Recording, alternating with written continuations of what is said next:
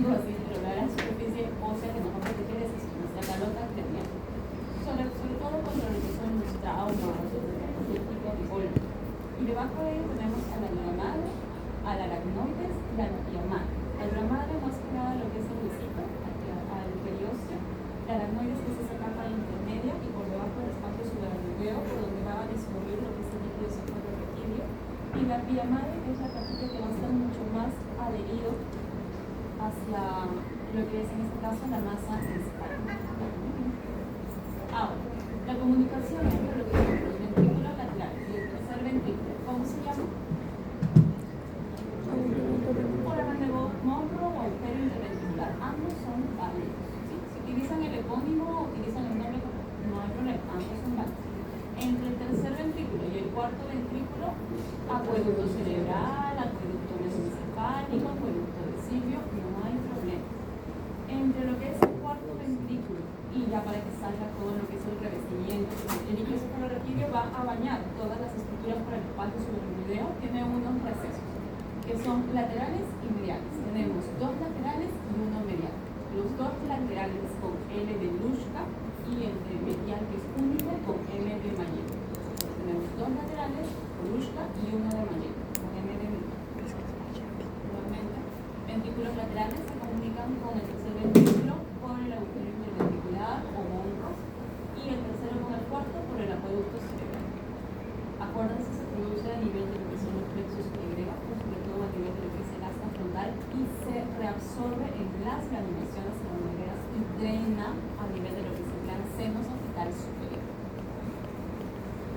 Si bien es cierto, el cráneo nos da una gran protección o proporciona una gran protección contra cualquier tipo de traumatismo mecánico, tenemos nuestra barrera hematoencefálica, que no está conformada por otra cosa que capilares o endotelio capilar, que a diferencia de la barrera entre la sangre y el líquido cefalorraquídeo que lo vemos en la siguiente diapositiva, esta de acá, la barrera hematoencefálica, no tiene penetraciones, es como un gran enmarañado que no va a permitir que pase absolutamente nada, no hay penetraciones, no permite el paso o el flujo de ningún tipo de sustancia que sea tóxica para, en este caso, el ser humano o para el cerebro.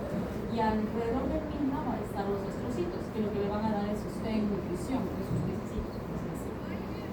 Pero tenemos otra barrera, que va a ser la barrera entre lo que es la sangre y el líquido cefalorraquídeo, que a diferencia de la que está acá, esta sí va a tener capilares que son penetrados y van a permitir la difusión de las sustancias que se lo requieren. Puede tener así difusión simple de los gases, con eso no hay problema. Puede tener una difusión un poco más activa, por ejemplo, para lo que son vitaminas. Puede tener algo que sea acoplada a algún tipo de transportador iónico, como por ejemplo para el sodio, potasio o para el cloro. Puede tener aquella que esté acoplada a proteínas, como por ejemplo para acuaporina 1, que va a permitir la difusión por sobre todo del agua libre. Entonces, esto sí nos permite pasar. Porque acuérdense que quien produce líquido cefalorraquídeo es el corazón y necesita cargar pilas para que produzca líquido cefalorraquídeo. Pero el LCR no es otra cosa que agua en mayor cantidad. Cuando nosotros hablamos de las tres grandes capas que recubren al cerebro, la más pegadita es la pia madre. Pero cuando vemos el cerebro en macro, estos surcos y fisuras en su profundidad también tienen que haber vasos sanguíneos que le llevan cierto grado de inflamación. Esa zona que permite la comunicación entre lo que es el surco más profundo con su pia madre y el vaso sanguíneo más profundo tiene un nombre, que es el espacio perivascular o el espacio de Virchow y Rowley. Y lo que permite es ser una zona de limpieza, una zona que permita eliminar cualquier tipo de desecho metabólico que no sirve. Hacia la parte inferior tenemos cómo se da la formación del LCR. Lo primero que se activa es algo que vimos la semana pasada, es la bomba sodio-potasio ATPase. Recuérdense que funciona contrariamente de concentración. Lo segundo es esta bomba, ¿verdad? Que es la bomba NKCC1, que es la bomba o transportador iónico sodio-potasio 2 veces cloro. La tercera es la acuaporina 1, que permite la difusión del agua en grandes cantidades. Si yo les pongo una imagen de cirugía y les pongo acá una flechita roja, ¿qué señal? La flechita roja es plexus tiroideus, es como una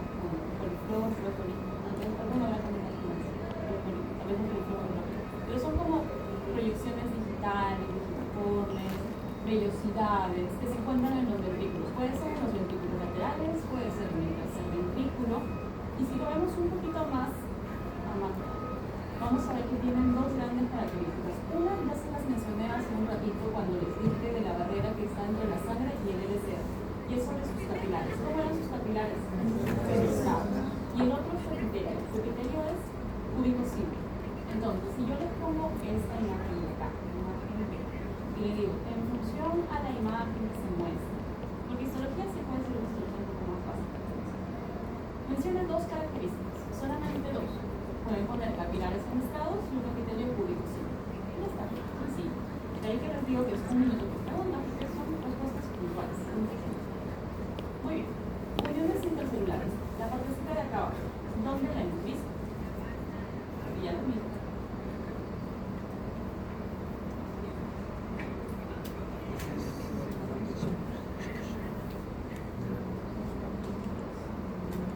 Ya, también, pero también hemos visto en otra parte.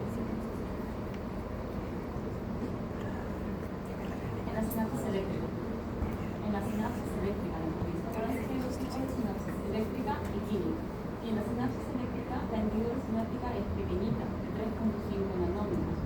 Porque lo único que hace acá es abrirse y permitir que pase el cloro que estaba acoplado al GABA, que ese es un neurotransmisor inhibidor por excelencia. Y esa zona por donde pasaba se llamaban conexones.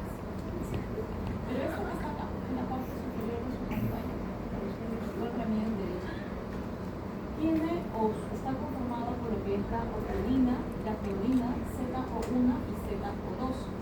Y esto es ese enmarañado que es propio de la barrera hematoencefálica y que también puede estar en los plexos cubideos, que evita que pase cualquier tipo de sustancia.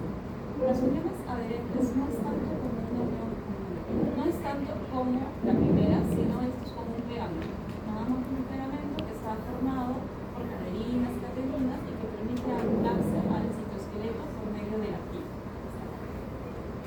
Y los desmosomas, que están formados por desmoleína y desmocolina, permiten la unión entre una membrana y otra, dándole resistencia mecánica para evitar que algo los pueda separar, los pueda traicionar.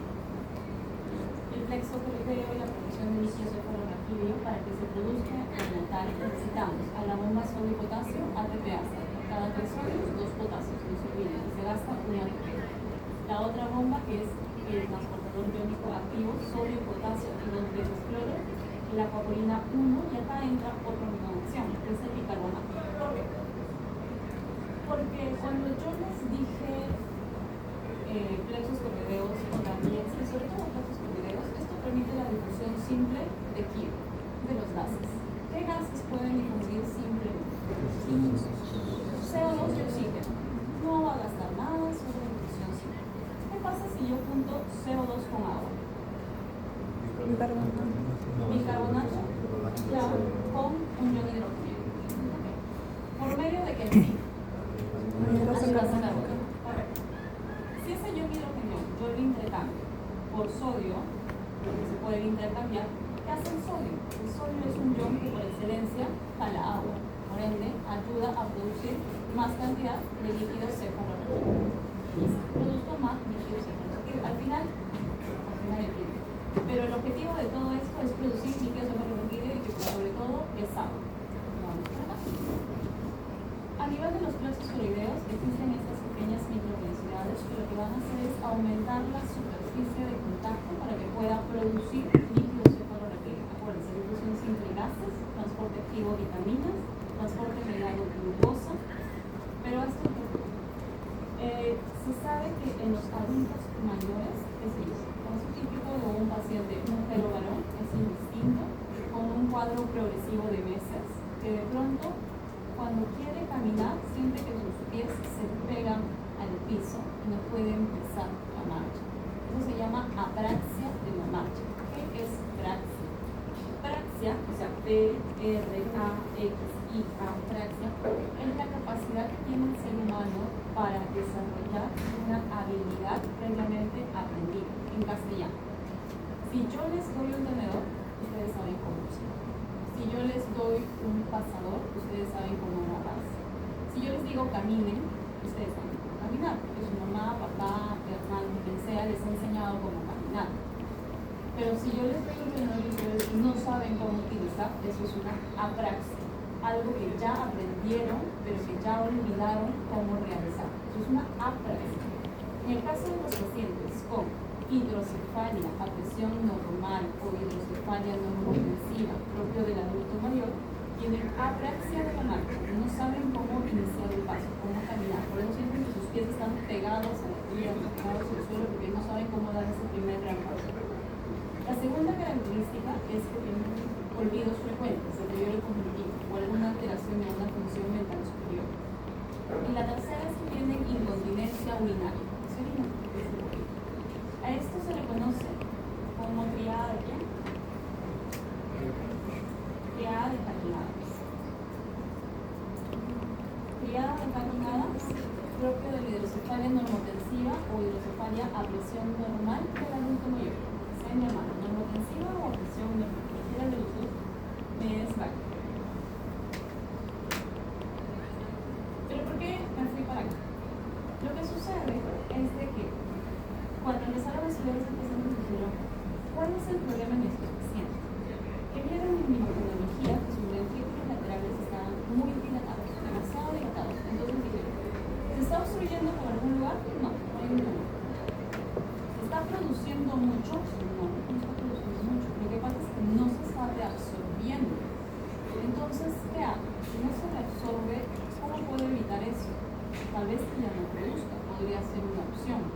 Entonces, demos un fármaco que evite que se produzca. Y entonces inventaron la acetazolamida. Lo que hace la acetazolamida es bloquear a la amigrasa carbónica. Y esto es lo que yo les digo cuando necesito que sepan lo básico. Si ustedes saben que existe un fármaco X, que en este caso es la acetazolamida, que bloquea la amigrasa carbónica, ¿qué les dice su sentido común? Si ustedes bloquean a la amigrasa carbónica, ya no se va a formar bicarbonato con hidrogenión. Si ya no se forma bicarbonato con hidrogenión, el hidrogenión ya no se va a intercambiar con sodio. Pero el sodio, por básicas, sabemos que jala agua. Y por ende, si ya no se intercambia, el sodio ya no jalará agua. Y yo sé que el líquido cefalorraquídeo es agua. Entonces, si ya no se intercambia, el sodio ya no jalará agua y por ende ya no se producirá mayor cantidad de LC. A eso es lo que yo voy porque quiero que sepan más. Entonces, sé que existe, ahora tengo un nombre, ¿no? Es el fármaco que me va a inhibir a la amigrasa carbónica, es la acetazolamida.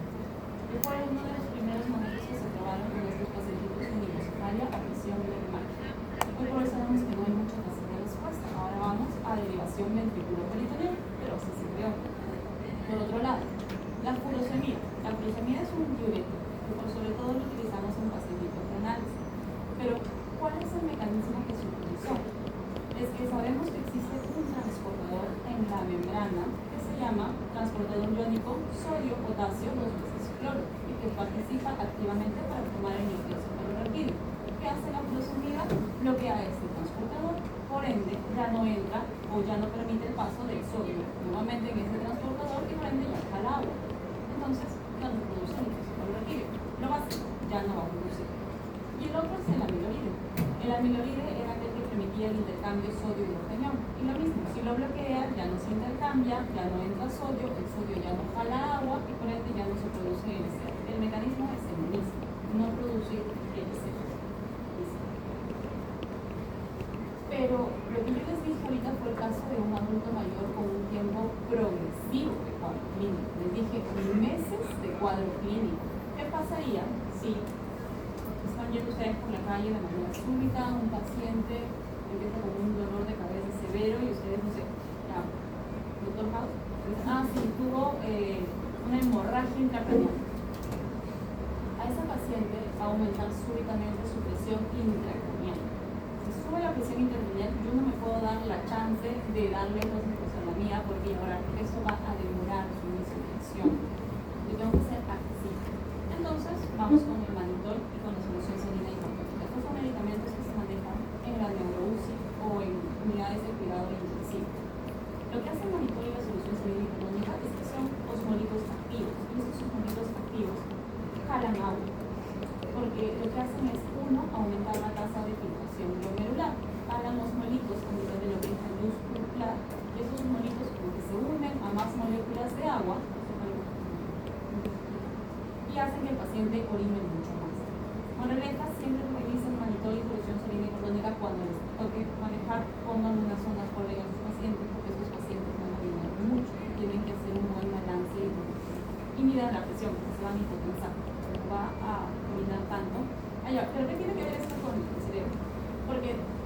riñón va a querer filtrar tanto que va a decir, y ahora, ¿de dónde saco más agua? Y su única zona de dónde sacar más agua, lamentablemente, va a ser el cerebro. O sea, entre comillas, lamentablemente. Al querer sacar del cerebro, ¿de dónde sacaría el cerebro? ¿De dónde sacaría agua del cerebro? De líquido cefalorraquídeo. Esa es la forma como tiene para hacerlo. Por eso le ponemos el líquido cefalorraquídeo y la sangre tienen una osmolaridad muy similar. Simplemente la diferencia es un poquito más ácido. La glucosa siempre va a ser el 60% del valor de glucosa sérica, así que cuando hagan su función lumbar, porque les va a tocar en algún momento hacerlo, siempre pidan una glucosa sérica paralela, ya sea que le pidan anticoléricos al paciente, como es muy diabético, lo hacen más rápido, o toman su muestra de glucosa venosa, pero tengan siempre una glucosa paralela para que puedan comparar que el líquido cefalorraquídeo es el 60% del valor de la glucosa sérica, es lo más objetivo que se puede hacer. Y el potasio siempre es bajo respecto al valor del potasio en sangre. Las pequeñas granulaciones secundarias permiten la reabsorción del LCR. Acuérdense que los plexos tiroideos están por sobre todo en los ventrículos, pero con más cantidad en los ventrículos laterales, sobre todo a nivel de lo que es el asta frontal. Y acá les han querido hacer ver que están acá las granulaciones secundarias. Con puntitos, no esto, eso es un seno. Acá, los puntos chiquititos que pueden arriba, con amor. Granulaciones secundarias. Hay un concepto que son vasos linfáticos pero a nivel medular. Eso se llama sistema linfático. Lo que sucede es que hoy por hoy se sabe que existen muchas, bueno, siempre se conoce que tienen existido enfermedades autoinmunes, pero a nivel del sistema nervioso central cada vez se están mirando con más fuerza. Que muchas patologías que antes no se conocían o que no se sabían cuál era su origen, y sabe que el mismo cuerpo se ataca. Y para autoatacarse, lo que pasa es que atraviesan esa barrera hematoencefálica o atraviesan o rompen esa barrera entre la sangre y el líquido cefalorraquídeo. Porque sabemos que estas barreras evitan que pasen, por ejemplo, proteínas en gran cantidad. Pero, por ejemplo, cuando vieron con ustedes la semana pasada un caso de esclerosis múltiple, esta paciente tenía hiperproteinuria, tenía proteínas en gran cantidad, pero pusieron como bandas plurioclinales, si no me equivoco, en líquido cefalorraquídeo. ¿Por qué hay tanta proteína? Porque han roto esa barrera entre la sangre y el líquido cefalorraquídeo y han pasado cuando no deberían pasar. Y eso lo podemos ver en función lumbar. Entonces, hoy por hoy se propugna mucho la idea, que antes se debería explorar, que nuestro sistema linfático, esos trocitos que estaban alrededor de los endotelios capilares, en la barrera hematoencefálica, no solamente es que le están nutriendo al endotelio capilar, sino están haciendo un sistema de sostén que, aparte de barrer cualquier tipo de metabolito, están evitando que nuestro propio cuerpo se autocontagie y pase cualquier tipo de sustancia externa o propia para no dañarnos. ¿Dañarnos en qué sentido? Si este está alrededor de los nervios, ya sea paraespinales o nervios no haya patologías autoinmunes del nervio periférico del nervio central, que no provoquen ceguera o cuadros de paraplegia, tetraplegia, entre otros. Así se sabe que existen enfermedades que pueden afectar solo a los astrocitos que están alrededor de los capilares. Y uno de ellos es la neuromielitis óptica, acuaporina 4 positiva. Hay otros que afectan solo a los oligodendrocitos, específicamente a los oligodendrocitos que formaban su mielina en el sistema nervioso central. Ya hay enfermedades que solamente afectan a ese sistema, hay enfermedades que solamente afectan al shock, hay enfermedades que solamente afectan a la explosión. Entonces se han empezado a estudiar esas, que responden a un sistema linfático. Nuestro cerebro está inmerso en una bóveda craneal, pero nuestra bóveda craneal no es cerrada, tiene forámenes. Pero dentro de la misma hay tres grandes variables que van a contribuir a lo que es la presión intracraneal. Cerebro, una cantidad 78%, alguna literatura dice 80%, si quieren con sus PPT, 78%. Sangre, la que está dentro de los vasos, y el LCR. ¿Qué pasaría si a estas tres variables ustedes le suman un X? Ahora, imagínense que esa X es un tumor, y ese tumor empieza a crecer. Pues va a aumentar la presión intracraneal, porque todo esto está dentro de una bóveda casi cerrada, no llega a estar cerrada, porque acá tienen los forámenes. Entonces, no es que el cerebro se va, bueno, fuera de que nuestro cráneo fuera algo deformable, entonces está creciendo, no sé, como un chinchón, empezaría pues a deformarse y ya, listo, ya no va a aumentar en gran cantidad la presión intracraneal, pero no, lo que va a hacer es crecer, aumentar presión y va a empezar a comprimir las estructuras que están a su alrededor. Lamentablemente, las estructuras que están a su alrededor o abajo es el tronco encefálico. Y en el tronco encefálico tenemos el centro de la respiración. Entonces comprime y el paciente hace depresión respiratoria. O lamentablemente comprime el tronco encefálico y tenemos ahí lo que es el SAR, el sistema activador reticular ascendente. El paciente puede estar en un estado de coma. Entonces son estructuras que no podemos tocar.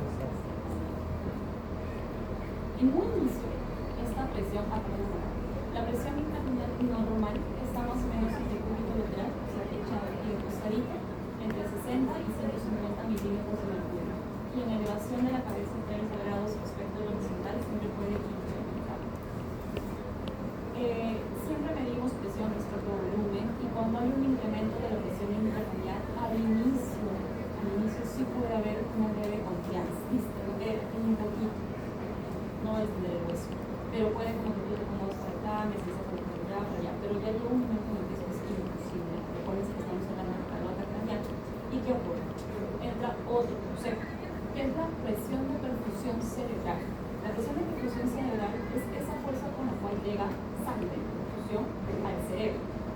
La presión de perfusión cerebral es igual a presión arterial media menos presión intracraneal. Si yo aumento la presión intracraneal, ¿qué pasa con la presión de perfusión cerebral? Disminuye. Entonces, en un paciente con hipertensión intracraneal, ¿cuál es el riesgo del paciente?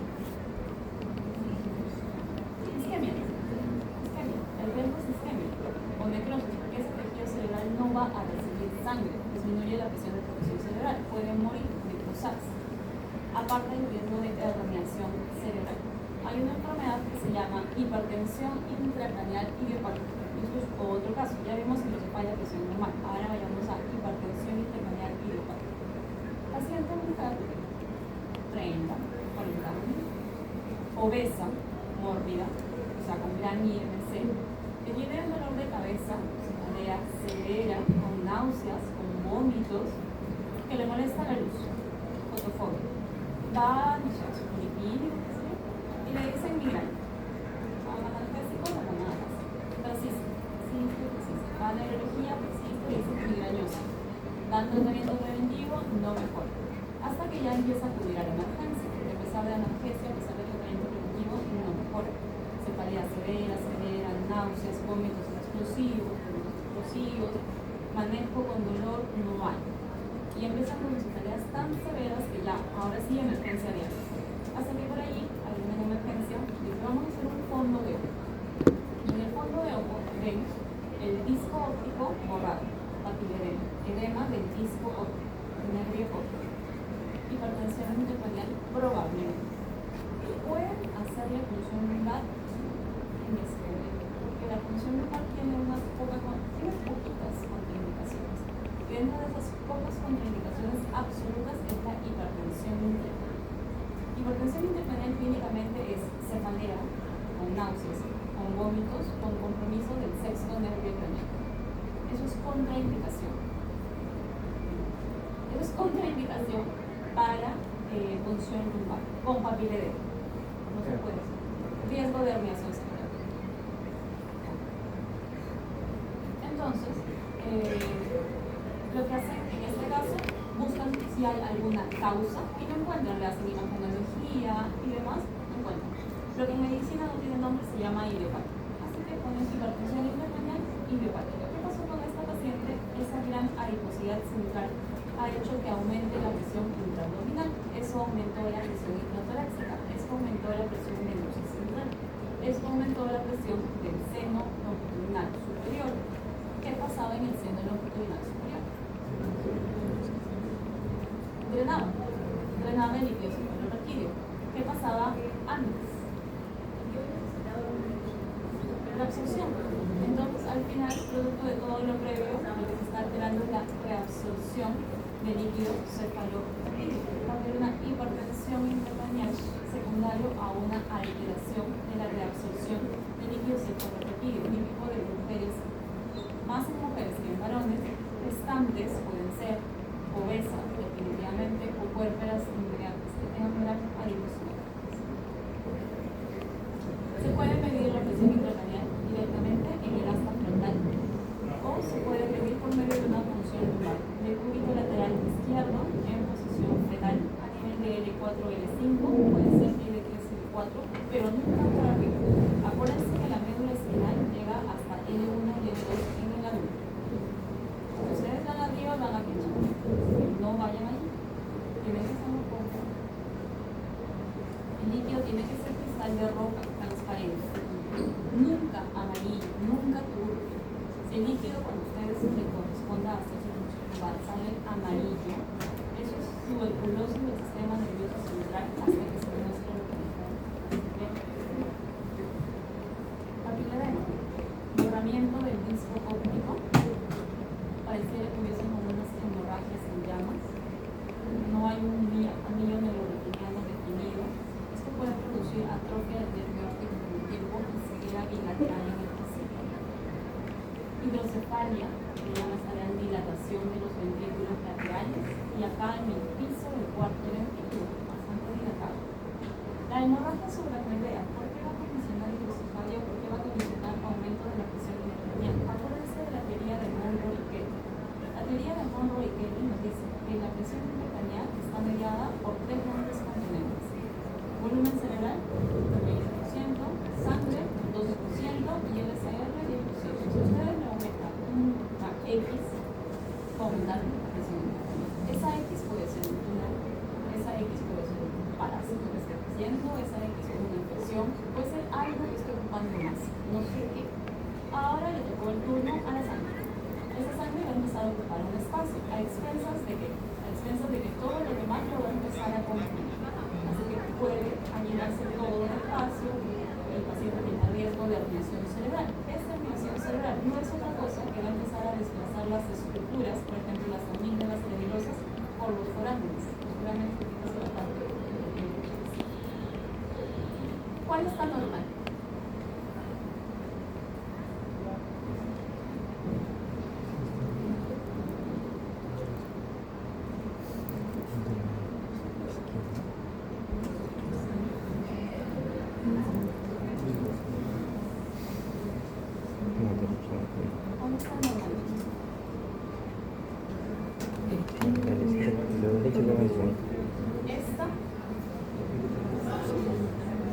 Esta es normal.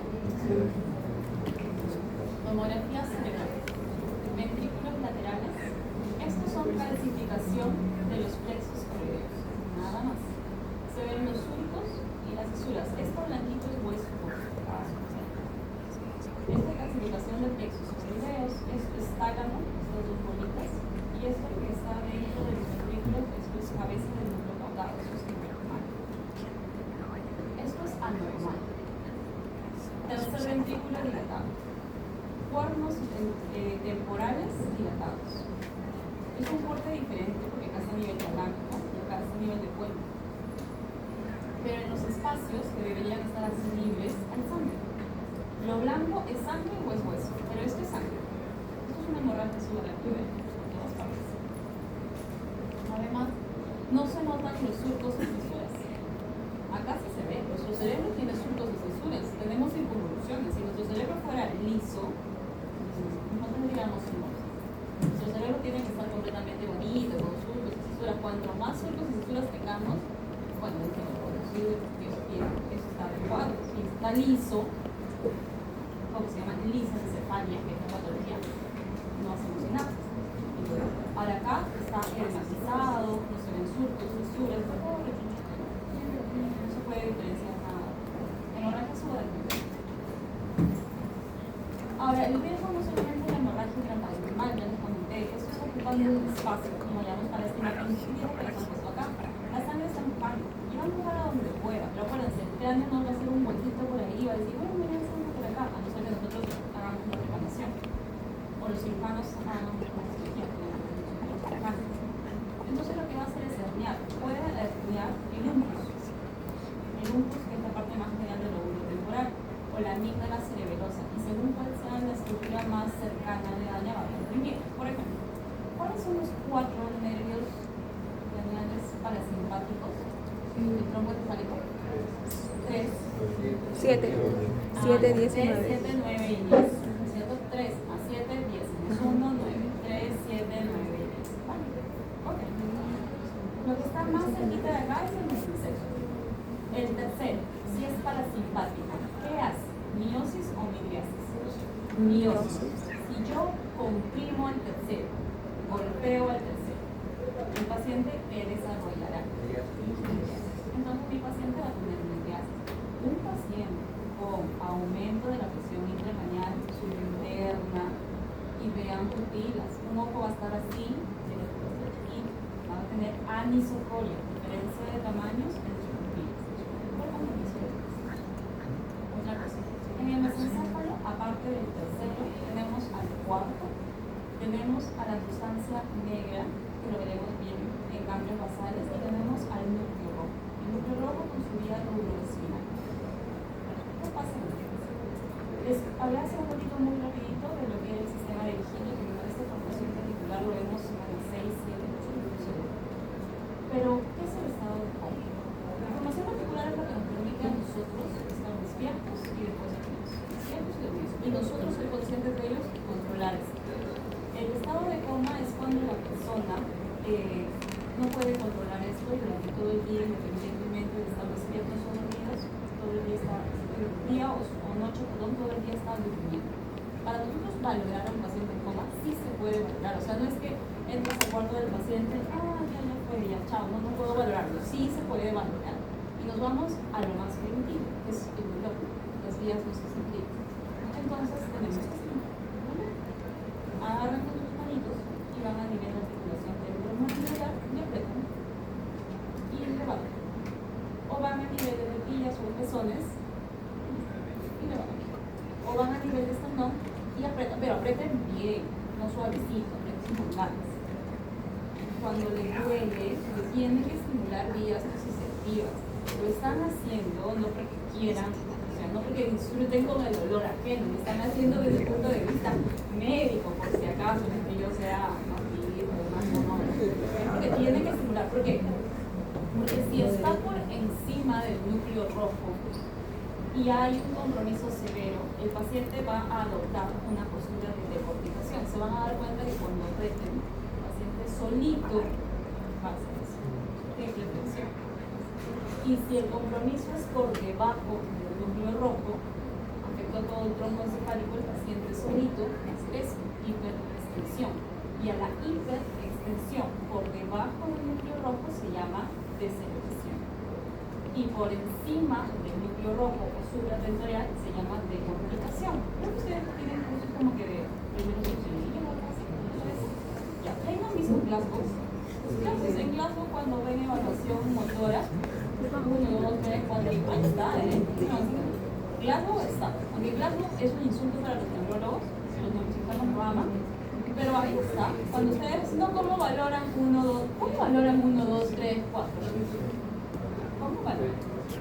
No, eso no se valora. La flexión y la extensión patológica no es que uno va y dice, mira, estás flexionado o estás extendido. Uno tiene que tocar al paciente. ¿Cómo valoran? ¿Cómo hacen Glasgow a todo eso? No es ver, chicos, Glasgow no es viendo al paciente, tienes que tocar. ¿Han hecho primeros auxilios? Bueno, los que no hayan hecho, hagan, porque es lo mínimo que tienen que hacer. O sea, cuando un paciente llega, por ejemplo, le llega hacemos un gran paréntesis, ¿no? Gran paréntesis, cierro mi paréntesis. Le llega un pequeado, o sea, alguien que está caído, lo mínimo que tienen que saber hacer, en un pequeado sí pueden hacer Glasgow, porque yo no tengo nada en contra de Glasgow. El Glasgow se inventó para los pacientes con TEC y con una evaluación rápida. Pero el Glasgow no es una evaluación que reemplace el examen neurológico. O sea, los neurólogos no hacen un Glasgow, porque eso solo se inventó para los teclados. Entonces, si a ustedes les llega su emergencia o cuando están internitos un paciente con un TEC que les va a llegar a por montones a la medianoche, lo mínimo que van a hacer es ir y ver cuánto está su Glasgow, para que con eso al toque pidan tomografía, imagenología, lo monitoricen durante la noche, y no es ver. sino tiene que hacer preguntas, interactuar con el paciente, tocar, estímulo doloroso. ¿Qué pasaría si el paciente está como dormido? ¿Qué pasaría si es un borrachito? Señor, ¿cómo está? Señor, ¿cómo está? No te va a hacer caso, hay que tocar, estimular, puntos dolorosos. Señor, despierte, ¿cómo se llama? Eso es un milagro. Entonces, y para que ustedes puedan saber de corticación y de aceleración, no es ver, tienen que hacer puntos dolorosos. Flexión de corticación, extensión de aceleración, triple extensión patológica bilateral. Vayan a leer eso. Ahora les pregunto el ángel. No les voy a preguntar el ángel. No tiene nada con eso y no, los neurólogos, es un insulto para mí. Pero, no va a aprender, pero estudien. Y ya, entonces vámonos a, me falta alguien su asistencia, por favor. Wow, ya, ahorita vamos. Antesana. Esto es derecho y esto es izquierdo. Derecho, izquierdo. Ventrículos laterales dilatados, atrofia cerebral con gran prominencia de surcos y fisuras. Incluso hacia esta parte de acá, que debe ser momento parietal izquierdo, pareciera que es una atrofia cerebral. Este blanquito que ven acá no es otra cosa que calcificación del plexo lateral izquierdo. Vamos. Mujer de 74 años con hipertensión arterial controlada, consulta por 9 meses de torpeza del camino. Siento que los pies se me pegan al piso. Marcha más lenta o aplauso. En los últimos 4 meses su familiar nota olvidos, repite preguntas y abre objetos. Y desde hace 2 meses tiene urgencia urinaria con episodios de incontinencia. ¿Cómo se llama esta criada? ¿Cómo se llama la patología? Hidrocefalia normotensiva o a presión normal. Cualquiera de los dos de parte. Tiene cefalea intensa, marcha magnética con pasos cortos y dificultad para iniciar, se queda pegada al suelo. Fuerza normal, reflejos normales, romper negativos. Romper negativos que ustedes le dicen al paciente que se pare, piernas juntas, con dificultad, bracitos a los costados, que cierren los ojos y si el paciente cae al suelo, positivo. Si no cae, negativo, pero que caiga. Así que ustedes se ponen adelante para que cojan. Porque un verdadero rompe es cuando cae. Si el paciente se tambalea, es una cosa. Tiene que caer. Así que ustedes tienen que coger. Yo tenía pacientes del doble mío y como verán yo soy chiquita y lo he podido coger. Así que se puede y se puede. Minimental 24-30. El Minimental es un test que le permite evaluar funciones mentales superiores. Lenguaje, orientación,